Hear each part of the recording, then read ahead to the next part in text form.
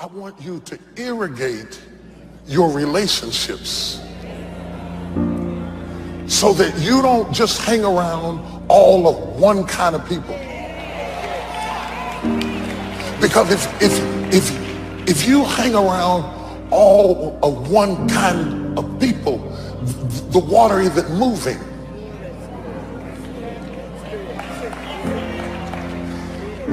If everything you say, all your friends say amen to, the water isn't moving. And infectious bacteria is attracted to water that's not moving. Yeah.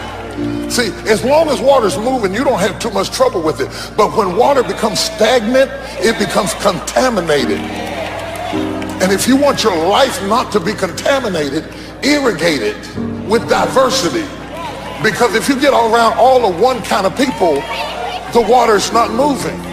And if the water's not moving, then other contaminants are attracted to the stagnation, and it becomes a toxic environment. Oh God.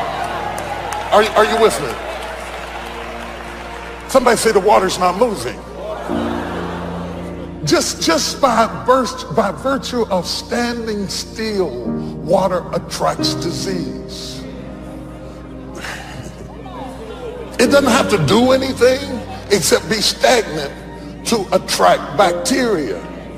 So anytime water is just not moving, all kinds of contaminants come into that area. So if you have collected around you a bunch of people who are not moving,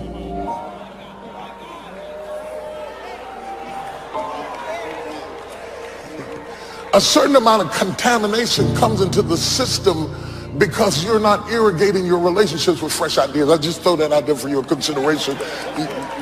Do with it what you will. Do with it what you will. But into this environment of this stagnation, every now and then, the water moved. And whenever water moves, healing occurred. Oh God, if I left right now, that was good. Whenever the water moved, healing happened.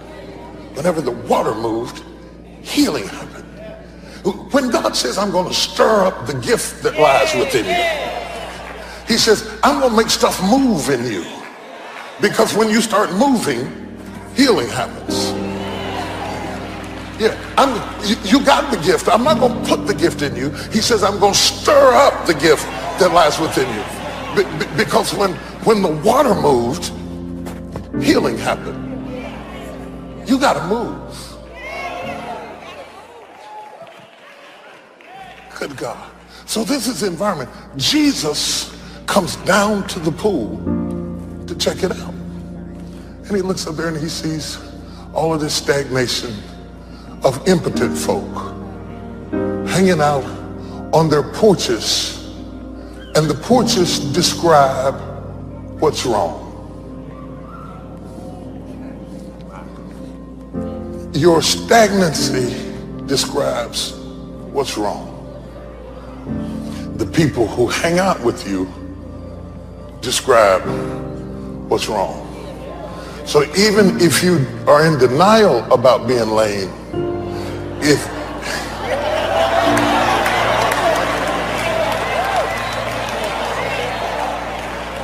your associations define your situation.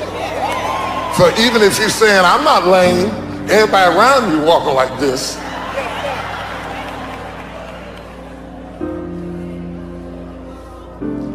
I wish I it's been amazing to me as a pastor over the years. As a pastor, you develop like congregations, huge groups of people. And after you've pastored a while, you get to know certain things about certain people. And when new people come in, it's amazing how new people will find their kind of people in your congregation. All the progressive people become friends with each other. All the gossiping people, I mean, with no badge on or nothing, They know each other. Some kind of way, a gossiper knows a gossiper, and after a while, they're all sitting on the same row talking about, yeah.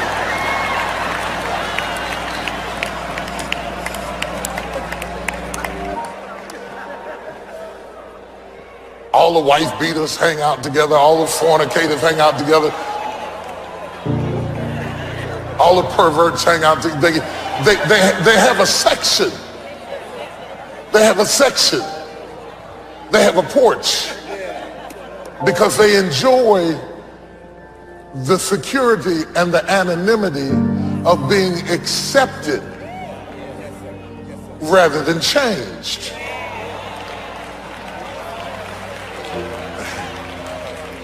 See, everybody wants to be accepted. So if I'm not going to be changed, then if everybody's limping, there's nothing wrong with me. So I hang out with other limpers so that I don't have to walk.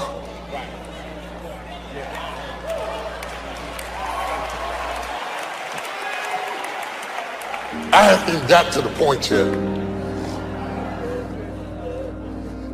It's into this environment that Jesus comes down like, you know, let me check this out. Let me see what you're working with. Let me check out who you're hanging with. Yeah. Let me see what makes you feel comfortable. The sick people have become comfortable in their sickness. You cannot become changed in an area you have become comfortable. And it's easy to become comfortable when everybody you run with is as limited as you are in the same way you are limited. So none of us got a diploma, so it's cool. None of us are married, so it's cool. None of us are happy, so it's cool. All of us get drunk, so it's cool. We have fraternity.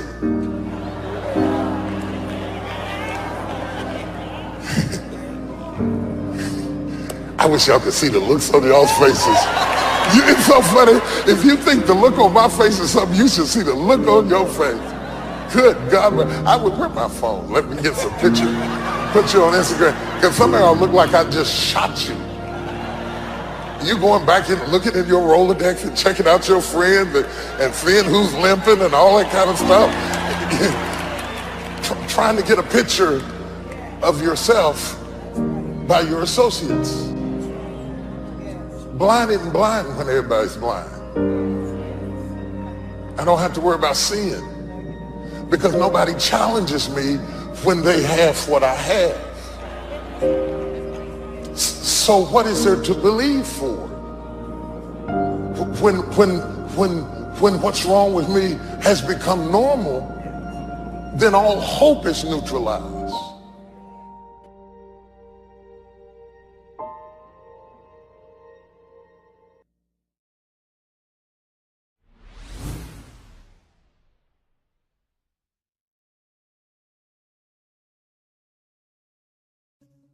You must know what you're going after. You must know what you are going after. You can't live your life meandering around hoping you hit something, and whatever you hit, you say, that's what I was aiming at. You have to have a specific target in mind. Most people don't succeed at getting what they're going after because they don't take the time to research what they're going after. They ask for things and then see if they want them. But you have to be careful about that because if you ask for something, you might get it. You need to be sure that that's what you want to see happen in your life. Know what you're going after. So before you go after it, ask God, is it yours? Because if it's not yours, then the only reason you're going after it is because it looked good on somebody else. You begin to covet what belongs to somebody else. Most people want everything they see somebody else with. They buy clothes that don't look good on them. They wear hairstyles that don't look good on them. They buy houses they can't afford because they're trying to keep up with somebody else. But if you really want to be a winner. Love you, Daddy. Motivation at your fingertips.